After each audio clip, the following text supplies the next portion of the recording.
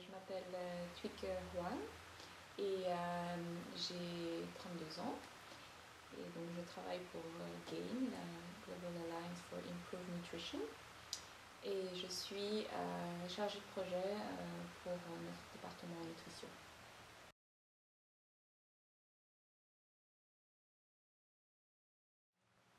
Alors, je viens de Genève, donc j'ai fait mes écoles ici dans le canton. Après le collège, j'ai eu une maturité, à l'époque ça s'appelait maturité A, c'était le grec et le latin. Et après je suis allée à l'Uni et j'ai fait sciences économiques et business management. Donc, après ça, j'ai travaillé pour une banque et j'ai décidé que c'était pas ce que je voulais faire, et donc je suis revenue aux études et là j'ai fait à l'université de Genève encore littérature française et grec ancien.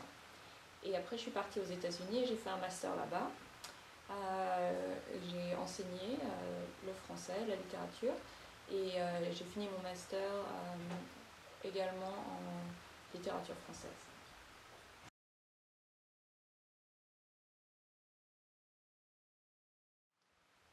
Alors mon travail consiste à construire des projets en nutrition dans différents pays où l'organisation est active, c'est-à-dire de trouver les partenaires et de construire un projet qui inclut différents éléments autour de la production et la distribution d'aliments fortifiés dans ces pays. Et puis, une fois que le projet est approuvé et construit, il y a toute la partie mise en œuvre, c'est-à-dire le suivi, la gestion du projet qui dure environ entre 3 à 5 ans selon la perspective, et puis tout ce qui est évaluation de ce projet, de voir si on atteint nos objectifs et si finalement on aura l'impact qu'on veut sur les populations.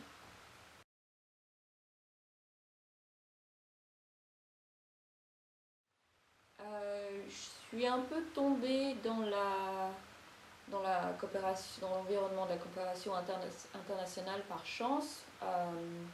J'ai été pendant très longtemps active en tant que volontaire, en fait, en tant que bénévole dans différentes organisations et associations à Genève et aussi en Asie. Donc à travers mon travail de bénévole, en fait, je me suis rendu compte que c'était un domaine dans lequel je pouvais m'épanouir parce que j'avais l'impression d'apporter une contribution qui pour moi était très belle, disons, tout en restant dans un domaine où j'avais l'impression de pouvoir mettre mes compétences à disposition. Donc c'était une bonne manière de lier tant mes compétences au niveau de gestion financière et aussi au niveau simplement de la gestion des équipes et des personnes, avec un but plus social, plus éducatif, et où finalement j'avais l'impression d'apporter une contribution qui pouvait faire un changement dans la vie de gens qui avaient moins de chance que moi.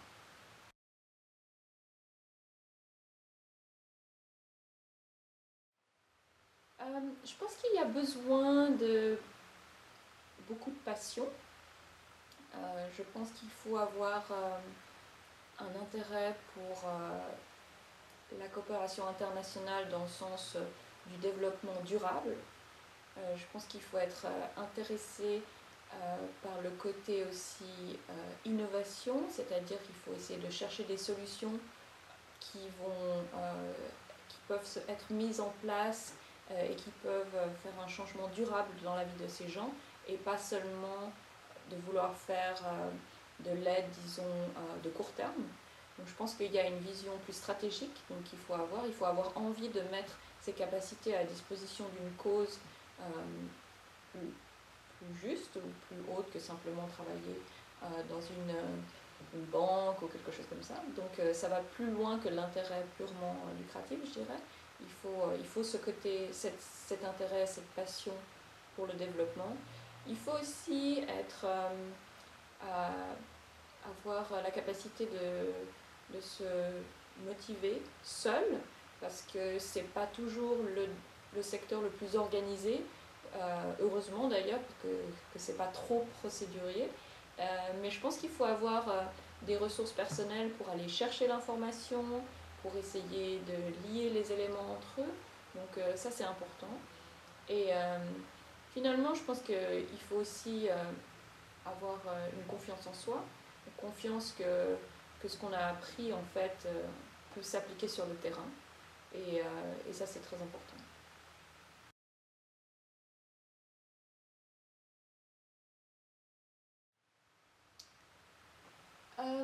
Ce qui est positif, c'est que je me lève et je viens travailler en me disant tous les jours que je vais faire quelque chose qui va apporter un plus dans le monde pour des gens qui en ont vraiment besoin. Donc ça, c'est un sentiment qui est vraiment motivant et on en a besoin aussi pour continuer parce que c'est pas toujours facile. Le côté plus difficile, c'est que parce que on n'a pas toutes les structures en place, parce qu'on n'a pas, euh, disons, l'environnement de travail qu'on pourrait avoir dans une banque ou même aux Nations Unies peut-être, où tout est extrêmement hiérarchisé, précis, il y a des procédures pour tout. Chez nous, on a un environnement qu'on est en train de construire. Donc c'est intéressant et en même temps c'est difficile parce qu'il y a beaucoup de choses qu'on n'a pas forcément sur lesquelles on n'a pas forcément envie de travailler, qu'on doit finalement mettre en place nous-mêmes. Donc ça requiert beaucoup d'énergie et parfois ça peut être un peu décourageant de voir qu'il y a des processus ou des outils qui manquent et qu'on espère pouvoir avoir rapidement pour que ça facilite notre travail. Donc c'est un environnement qui est en train de se faire aussi, un environnement de travail qu'on construit nous-mêmes. Donc on doit à la fois faire les projets et à la fois créer nos propres outils. Donc ça peut être un peu difficile.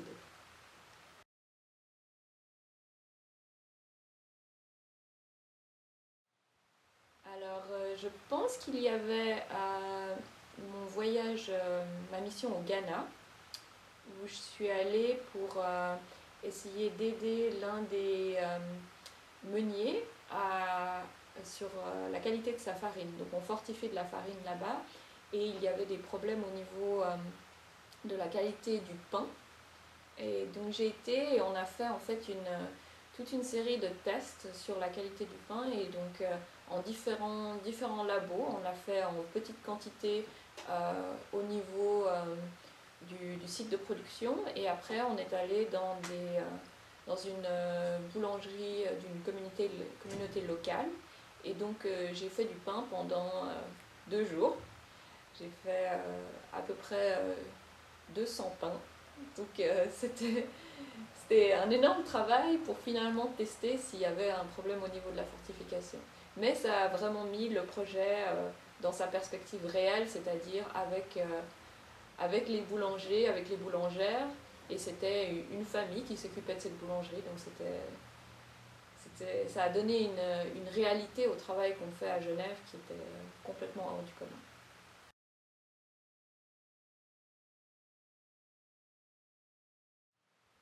Je pense que c'est une grande opportunité de rencontrer des gens qui sont investis au niveau du développement des pays du Sud de différentes manières. Et il y a différentes compétences, il y a différents centres d'intérêt.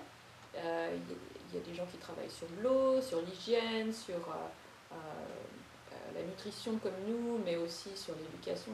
Il y a énormément de secteurs d'activité en fait. Et donc il y a énormément de gens qui ont des parcours différents qui aboutissent dans cette Genève internationale et qui, quand on les rencontre, on se rend compte qu'ils ont les mêmes motivations que nous. Ils ont peut-être des spécialités différentes, mais ils sont tous passionnés en fait par ces questions, tous avec un peu une perspective un petit peu différente, mais finalement on s'y retrouve et on peut aussi apprendre d'autres domaines quel genre de solution pourrait être applicable dans le domaine où on travaille plus particulièrement. Donc c'est une grande fourmilière en fait, d'idées et de projets qui peuvent être très intéressants si on les met les uns à côté des autres. Et c'est des gens en fait qui sont, d'habitude ceux que je rencontre, sont extrêmement dynamiques.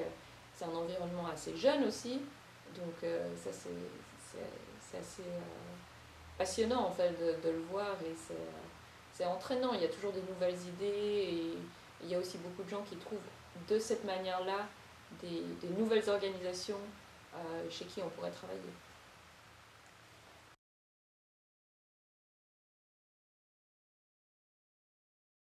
Je pense que c'est un environnement qui est passionnant, qui apporte quelque chose du point de vue humain, qui est complètement hors du commun. Pour les gens qui aiment voyager, qui sont intéressés par d'autres cultures et qui en même temps veulent travailler dans un environnement professionnel, je pense qu'il y a plein d'opportunités. Et c'est un secteur qui grandit, c'est aussi un secteur qui se professionnalise, c'est-à-dire qu'il y a un besoin de gens qui ont des compétences financières, qui ont des compétences au niveau de la communication, des compétences en langue, des compétences en design, des compétences très ciblées au niveau de la chaîne d'alimentation, mais aussi au niveau du développement de projets de toutes sortes. Et donc ça regroupe des intérêts très très différents, et qu'on peut venir travailler dans ce milieu alors qu'on n'a pas, on ne pense pas a priori avoir fait une formation qui va nous mener dans ce domaine. Mais je pense que c'est important de savoir que, enfin, personnellement, je viens d'un environnement où j'ai étudié les lettres et j'ai fait l'économie, donc ça pourrait s'expliquer, mais au fond, c'est vraiment parce que j'ai été bénévole dans des organisations que j'ai abouti ici, et que finalement, ce que j'ai fait dans mes études me sert euh, parce qu'on a besoin de ces compétences pour professionnaliser le secteur.